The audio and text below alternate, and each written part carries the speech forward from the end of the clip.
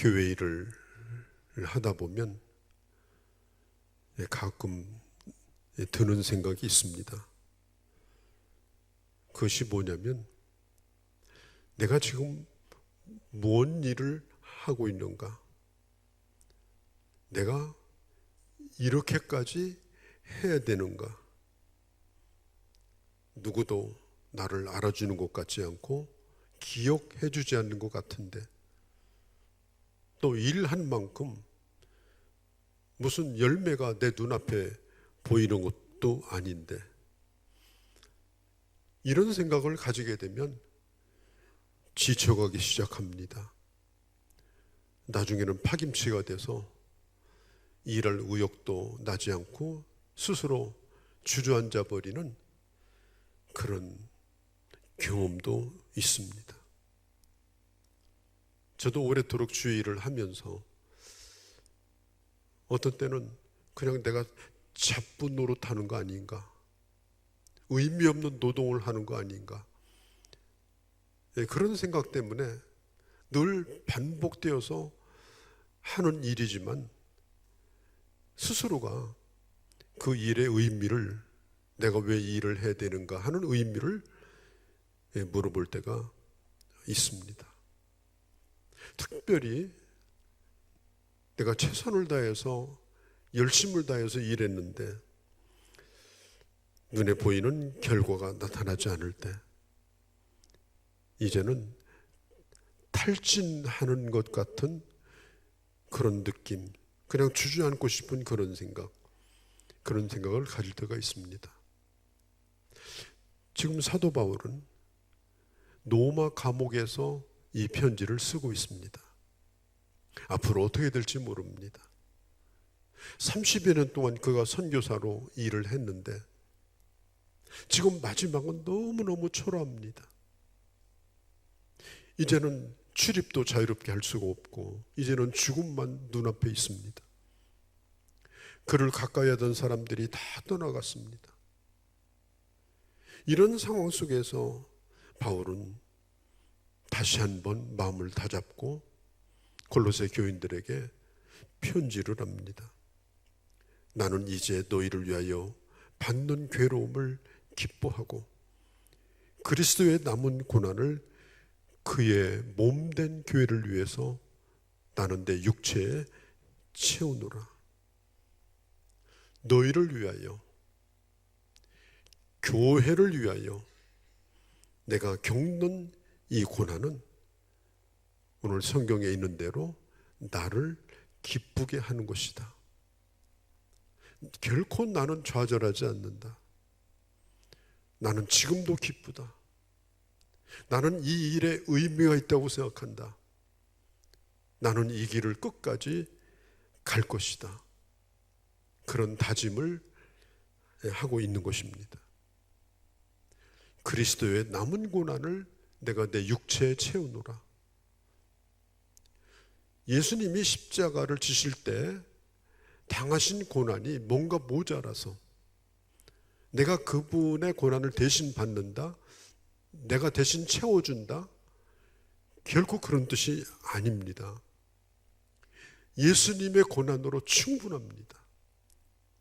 예수님이 우리를 위해서 죽으신 것으로 우리는 충분히 구원을 받습니다.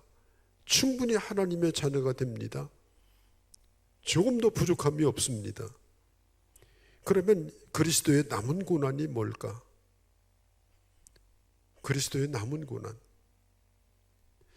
예수님은 우리를 위해서 십자가에 달려 죽으시고 부활하시고 하나님 우편에서 우리를 위해서 지금도 간구하시는 분인데 항상 기쁨으로 간구하는 분이 아니에요. 교회가 힘들 때, 하나님의 사람들이 믿음으로 살지 못할 때 주님은 고통스러워 하십니다. 우리가 하나님의 사람으로 살 때에 그 하나님의 마음을 내가 헤아리는 거예요. 내가 믿음으로 살지 못하는 것 때문에, 하나님의 교회가 교회의 사명을 다하지 못하는 것 때문에 주님이 얼마나 고통스러워할까?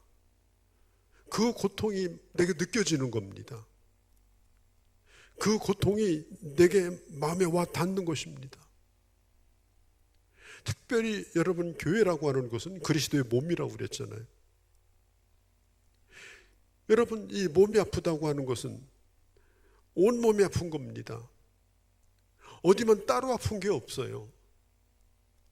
그냥 어느 한 구석이 아프면 몸이 다 아픈 거예요. 요즘 뭐 병원에 입원했다면서요. 그러면 어디 아프신가요? 예, 나는 손가락만 아파요. 나는 무릎만 아파요. 그렇습니까? 아니에요. 온몸이 다 아픈 겁니다. 여러분, 교회는 뭐냐? 교회는 그리스도의 몸입니다. 주님은 교회라는 몸을 가지고 계신 거예요. 교회와 함께 하신 거예요. 교회의 머리가 되신 거예요. 그러면 교회가 힘들고 교회가 고통스럽고 교회가 어려움을 당하면 주님이 어떠시겠어요? 주님은 자신이 아픈 거예요. 몹시 힘드신 거예요. 그래서 정말 주님을 사랑하는 사람은, 주님의 마음을 읽는 사람은 교회가 힘들고 고통스러울 때 이것은 나하고 상관없는 일이다. 그건 목사님 일이지, 그건 구역장 일이지, 이렇게 생각하지 않고요. 정말 내가 아파하는 겁니다. 내 몸이 아픈 것처럼. 사도 바울이 예수 믿는 사람을 핍박하러 다메섹으로 가다가 예수님을 만났잖아요. 예수님이 불렀습니다. 사울아, 사울아, 네가 왜 교회를 핍박하느냐? 그렇게 했습니까? 아닙니다. 사울아, 사울아, 네가 왜 나를 핍박하느냐 그랬어요. 바울이 교회를 핍박하고 있을 때, 바울이 교회를 고통스럽게 할 때 주님은 그 고통을 받고 있었다는 뜻입니다. 주님은 그 핍박을 받고 있었다는 뜻입니다. 이 주님의 마음을 아는 사람이 주님을 사랑하는 사람입니다. 이 주님의 마음을 아는 사람이 교회를 사랑하는 사람입니다. 그래서 그리스도의 그 남은 고난이 뭐냐? 바로 교회를 향한 하나님의 아픔이고, 그리고 교회의 그 아픔은 곧 나의 아픔이다. 이것은 남의 문제가 아니라 내가 너무 고통스럽다. 그것은 그냥 내가 몸으로 이걸 다 채워야 되는 거예요. 피해갈 수가 없다고 생각하는 거예요. 오늘 성경에 보면은 내 육체에 채우노라 이렇게 말합니다. 이 육체 안에 채운다는 말은 아주 가득 차게 꽉꽉 눌러가지고 차오르도록 채운다는 뜻이에요. 내가 조금 신경 쓴다 그런 뜻이 아니고요. 조금 부담된다 그런 뜻이 아니에요. 예를 들어서 여러분들의 가족, 무슨 자식이 아프다. 지금 어머니가 지금 무슨 큰 일이 생겨서 지금 시간이 지금 기약이 없다. 이러면 여러분들은 지금 육체에 무슨 일이 생깁니까? 그 고통이 우리 속에 차오르는 거예요, 그게. 내 자식이 아플 때 내 몸의 한 구석만 아픈 게 아니에요. 내가 너 아픈 거 내가 조금만 내어줄게. 난 요만큼만 아파. 그런 부모는 없어요. 그냥 꽉꽉 눌러가지고 채우는 거예요. 차고 넘치게. 왜 그래요? 사랑하니까.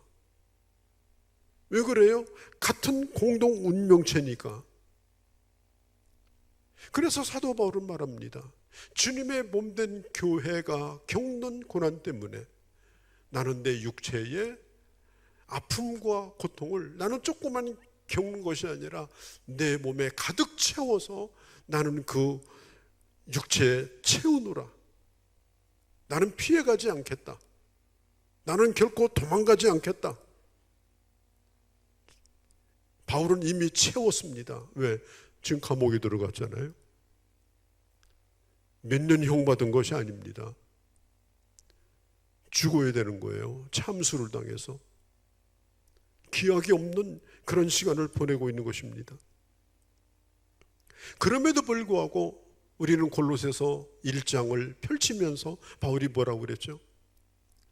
나는 골로새 교인들에 대한 소식을 들었을 때부터 나는 지금 이 순간까지 이 감옥에서 너희를 위해서 한 번도 쉬지 아니하고 나는 하나님 앞에 기도했다. 바울은 자기 운명이 앞으로 어떻게 될 것인가, 내가 얼마나 감옥살이하다가 사형당할 것인가, 혹시라도 석방될 것인가, 그런 관심이 아니었습니다. 자기가 세운 교회도 아니에요. 그런데 가본 적도 없는 교회예요. 그런데 그 교회에 대한 소식을 들었을 때 바울은 그 육체가 아픈 겁니다. 왜? 주님의 교회와 내 몸은 한 몸이고 또 주님과 교회도 한 몸이니까 교회가 고통스러워하는데 내가 룰루랄라 하면서 시간 내서 기도해야지 뭐 이런 것이 아니었어요. 진정으로 아파했습니다. 진정으로 고통스러웠습니다. 그래서 나는 남김없이 그냥 오늘 10분만 내가 아파하고 신경 끄고 살아야지, 그거 아니에요. 그냥 종일토록 아픈 거예요. 종일토록 힘든 거예요. 바울은 이렇게 말합니다. 내가 이 일을 위해서 주님으로부터 25절에 직분을 받았다. 이건 내가 해야 될 일이다. 이것은 내가 마땅히 해야 될 일이고 내가 담당해야 될 내가 짐이다. 그러면서 이 사도 바울이 무슨 생각을 하는가 하면, 그러면 도대체 오늘 내가 이 고난을 받고 있는 근본적인 뿌리가 뭐냐? 그것은 곧 25절, 26절, 27절 이 비밀 때문에 그렇다. 이 비밀, 여기서 말하는 비밀은 시그릿이라는 말이 아니라 미스테리라는 말이에요. 영원한 수수께끼가 아닙니다. 반드시 풀리는 미스테리입니다. 이것을 성경은 뭐라고 말해요? 주님의 계시라고 말해요. 그런데 이 주님의 계시는 영원히 감춰진 것이 아니라 뚜껑을 열어서 펼쳐지고 보여지는 계시입니다. 그런데 그 계시를 쭉 열어보니까 성경은 뭐라고 말하느냐? 27절에 이 비밀은 너희 안에 계신 그리스도시니 곧 영광의 소망이라. 사도 바울은 지금 자기 자신이 무엇 때문에 지금 부름받은 직분자인지, 지금 무엇 때문에 자기가 하나님의 일을 하고 있는지 그걸 분명히 알고 있었어요. 그것이 뭐냐? 이 비밀 때문에 그런 거예요. 이 비밀이 뭐냐? 예수 그리스도입니다. 그러면 이 비밀은 오래도록 만세와 만대로부터 감춰져 있던 것입니다. 누구도 몰랐어요. 그냥 예언하는 예언자들도 선지자들도 예언만 할 뿐이지 그가 누구인지를 그들도 모르고 있었습니다. 그런 시간이 상당히 오래도록 지속됐습니다. 그렇게 하다가 드디어 나타났습니다. 감추었던 것이 27절에 보면 이렇게 말합니다. 하나님이 그들로 하여금 이 비밀의 영광이 이방인 가운데 얼마나 풍성한지를 알게 하심이라. 그러면 이 비밀이 뭐냐? 이미 예수를 믿는 너희 안에 충만히 거하고 계신 바로 예수 그리스도다.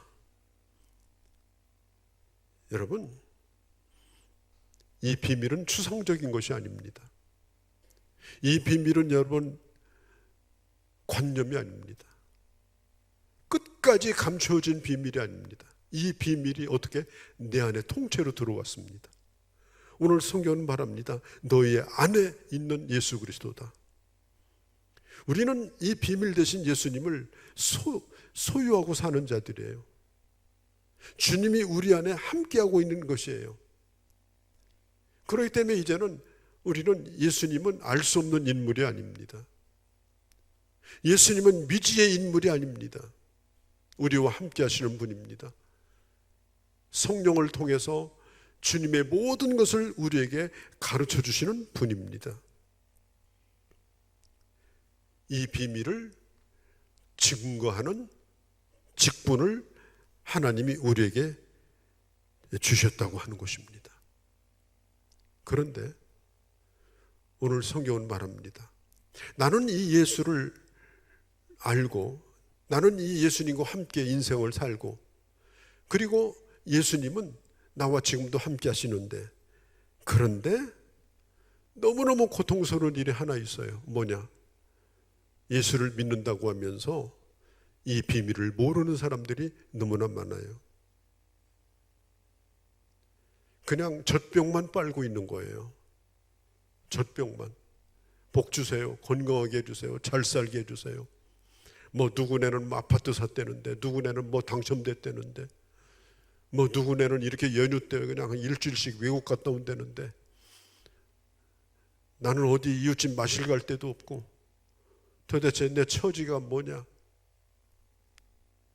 여러분요, 이런 사람 비밀이 없는 사람이에요. 얼마나 비밀이 없으면 그런 걸 부러워합니까? 2장으로 넘어가면 이 비밀이 누구냐? 내 안에 계신 보화 되신 그리스도라고 그랬습니다. 예수 그리스도를 가진 자는 모든 걸 가진 자입니다. 더 이상 바랄 게 없는 겁니다. 이미 채워졌기 때문입니다. 그런데 오늘날 예수를 믿는다고 하면서도 전혀 예수 그리스도의 이 비밀을 알지 못하고 그냥 껍데기로 예수 믿는 사람이 너무나 많아요. 신앙생활이 무슨 무당 굿하는 줄 알아요. 신앙생활이 단순히 마음 평안을 얻고 그냥 지긋하게 그렇게 살아가는 하나의 도구라고 생각해요. 아닙니다. 하나님의 아들이신 예수 그리스도가 성령을 통해서 우리와 지금도 함께 하시고 그리고 우리는 주님과 함께 살아가는 이 놀라운 이 비밀, 이 충만함, 오늘 성경에 있는 대로 이 풍성함, 이 영광스러운 소망, 이것에 대하여 모르는 사람들이 너무나 많은 거예요. 그러니까 바울은 하나님 앞에 기도할 때마다 너무너무 답답한 겁니다. 2장으로 넘어가 보면 이런 얘기도 해요. 2장 8절에 골로새 교인들이요, 누가 철학과 헛된 속임수로 너희들을 속였는가? 누가 초등학문, 아무것도 아닌 초등학문으로 너희를 속였는가? 왜 그런 걸 따라가는가? 여러분, 정말 예수 믿는다고 하면서 주님과 함께하는, 주님과 함께 인생을 살아가는, 주님으로부터 내가 약속받은 것과 지금 누리고 있는 것들과 이런 것들에 대하여 전혀 의식이 없는 거예요. 그냥 오늘 목에다 떠넘겨주는 거, 잘 먹고 잘 사세요, 오늘 평안하세요, 그런 건 달님에다도 빌고 햇님에다도 비는 겁니다. 우리는 그것과 전혀 차원이 다른 그런 비밀을 간직한 자고 보화를 간직한 자들입니다.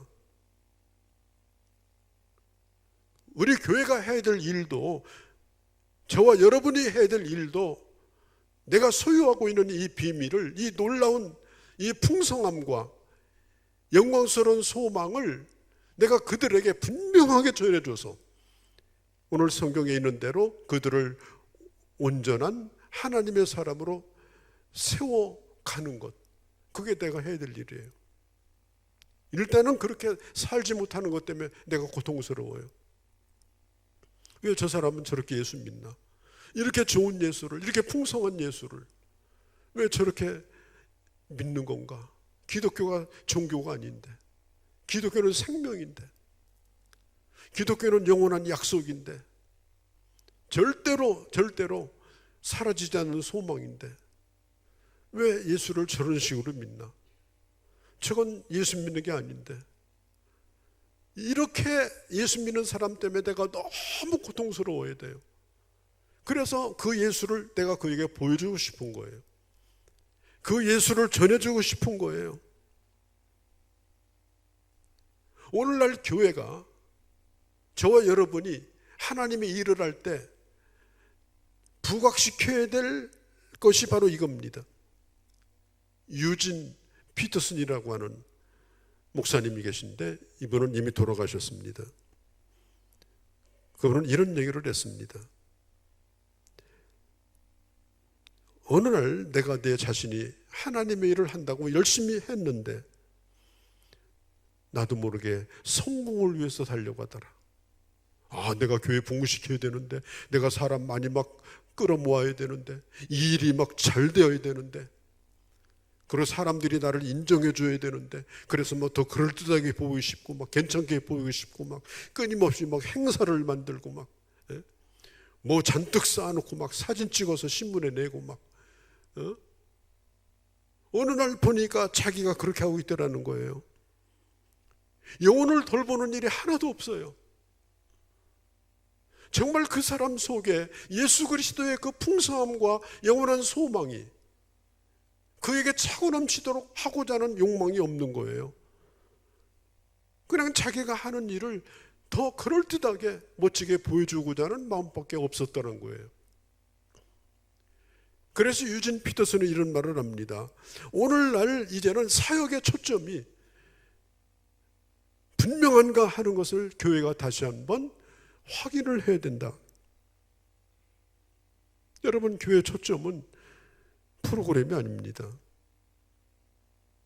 10월달 계획을 밑에 프랭카드에 제가 쭉 써붙였습니다. 프로그램이 문제가 아니고 그 밑에 있는 글귀가 문제입니다. 왜 마지막 주 종교개혁주의를 지켜야 됩니까? 우리 신앙의 본질을 확인하기 위해서. 왜 우리가 밤 기도를 해야 됩니까? 캄캄한 밤에 별이 빛나듯이 그 빛나는 기도를 하나님 앞에 올리기 위해서. 항상 우리는 교회에서 어떤 일을 하게 될 때 그 일을 잘되게 하는 것이 목적이 아니라 그 일을 할 수밖에 없는 매우 중요한 그 목적을 이루기 위해서 그 목적에 충실하고 거기에 초점을 모으고 그 의미를 알고 그 일을 해야 되는 거예요. 그렇게 할 때 그 일이 나를 살리고 교회를 살리는 것입니다. 지금 우리가 하고 있는 일은 그것이 어떤 것이든지 뭐 안내를 보던 오늘 이렇게 음료수를 떠서 올려놓으시던 아니면 성가대 봉사를 하던 교회 한 구석을 깨끗이 치우건 어떤 일이든지 그 모든 일은 그냥 교회를 유지하는, 교회를 관리하는 그런 잡부 일을 하는 것이 결코 아닙니다.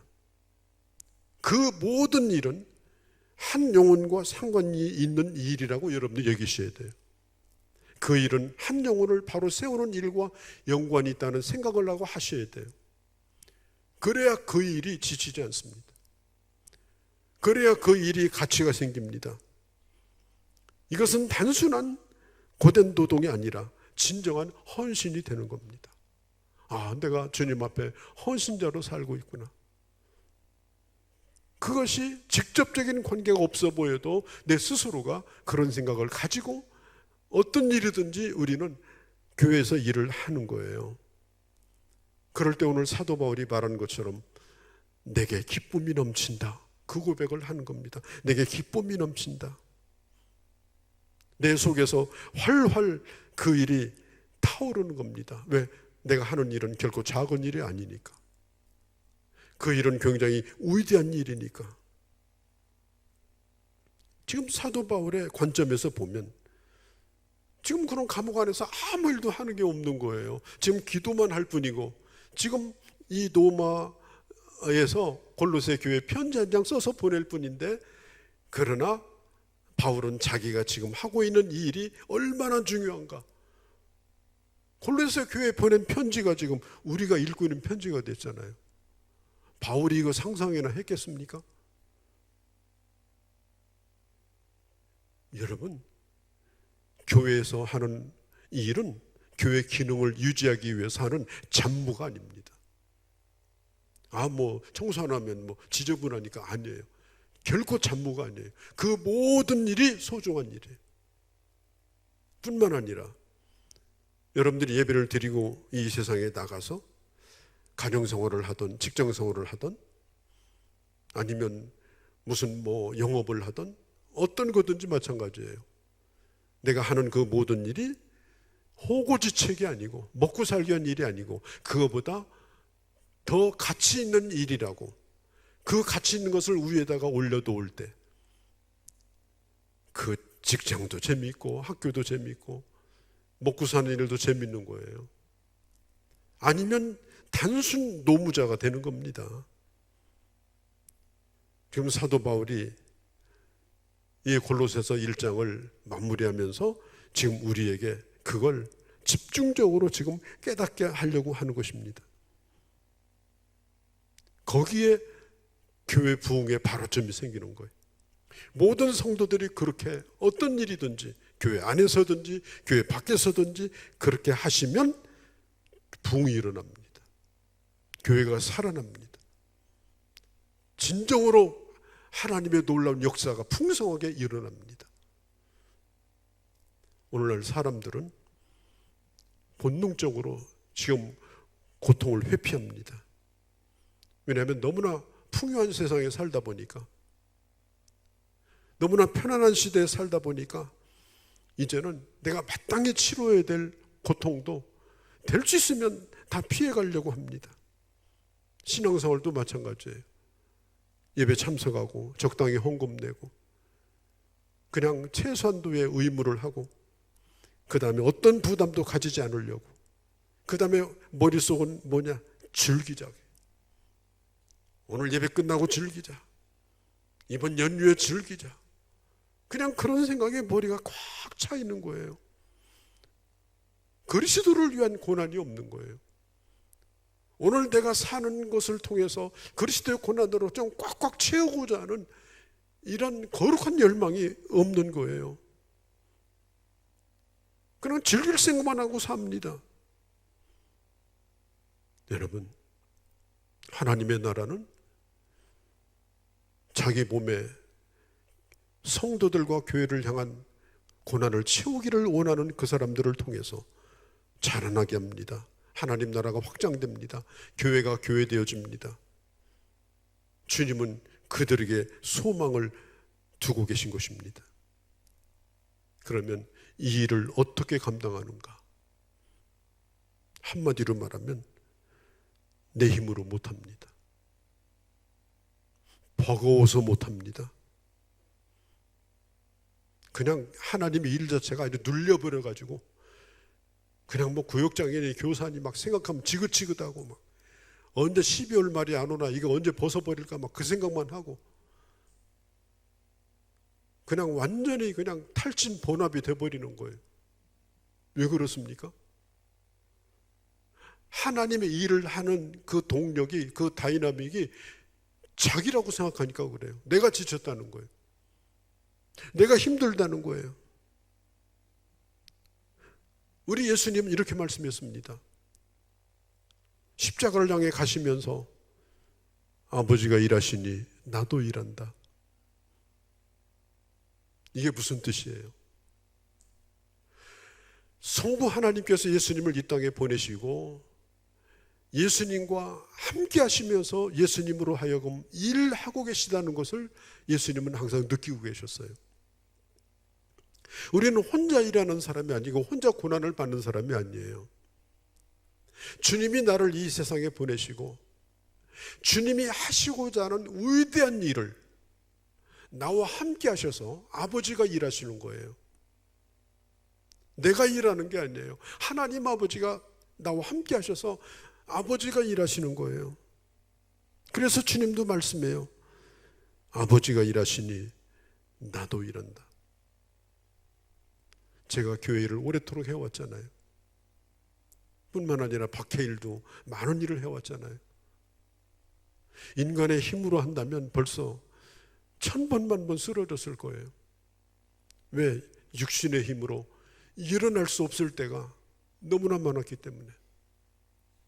내 마음의 힘만 가지고 버틸 수 없는 그런 때가 너무나 많았기 때문에.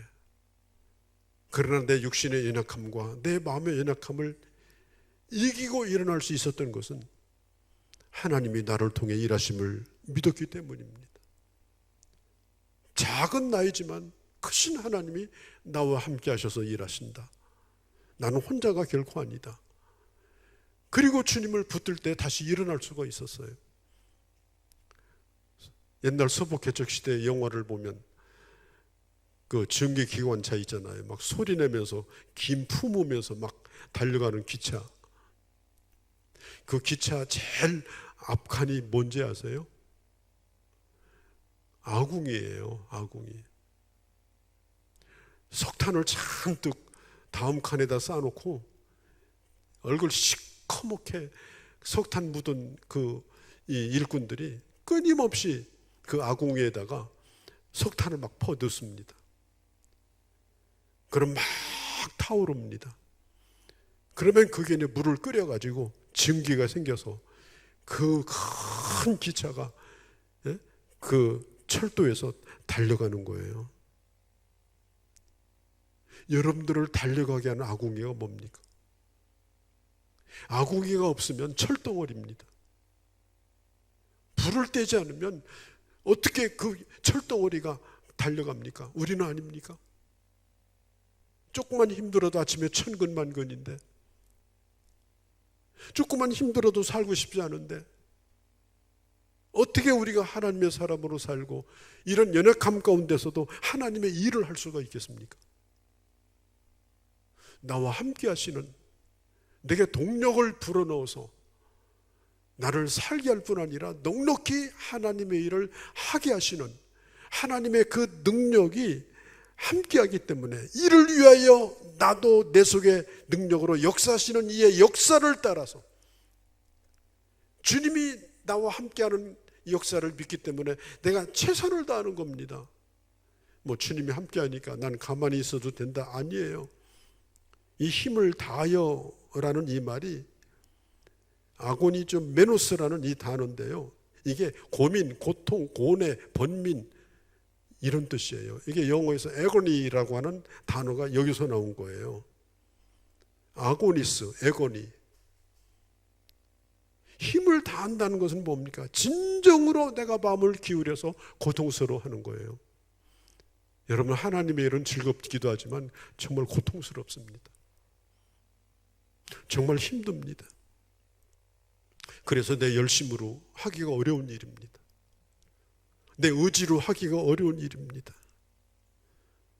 힘을 다한다고 되는 것이 아닙니다.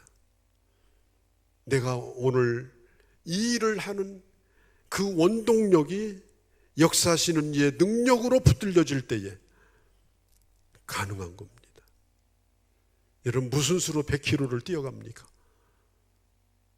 못 뛰어갑니다. 그런데 성능 좋은 자동차에다 몸을 실으면 200km도 뛰어갑니다. 내가 운전하는 겁니다. 내가 거기에 있습니다. 마찬가지예요.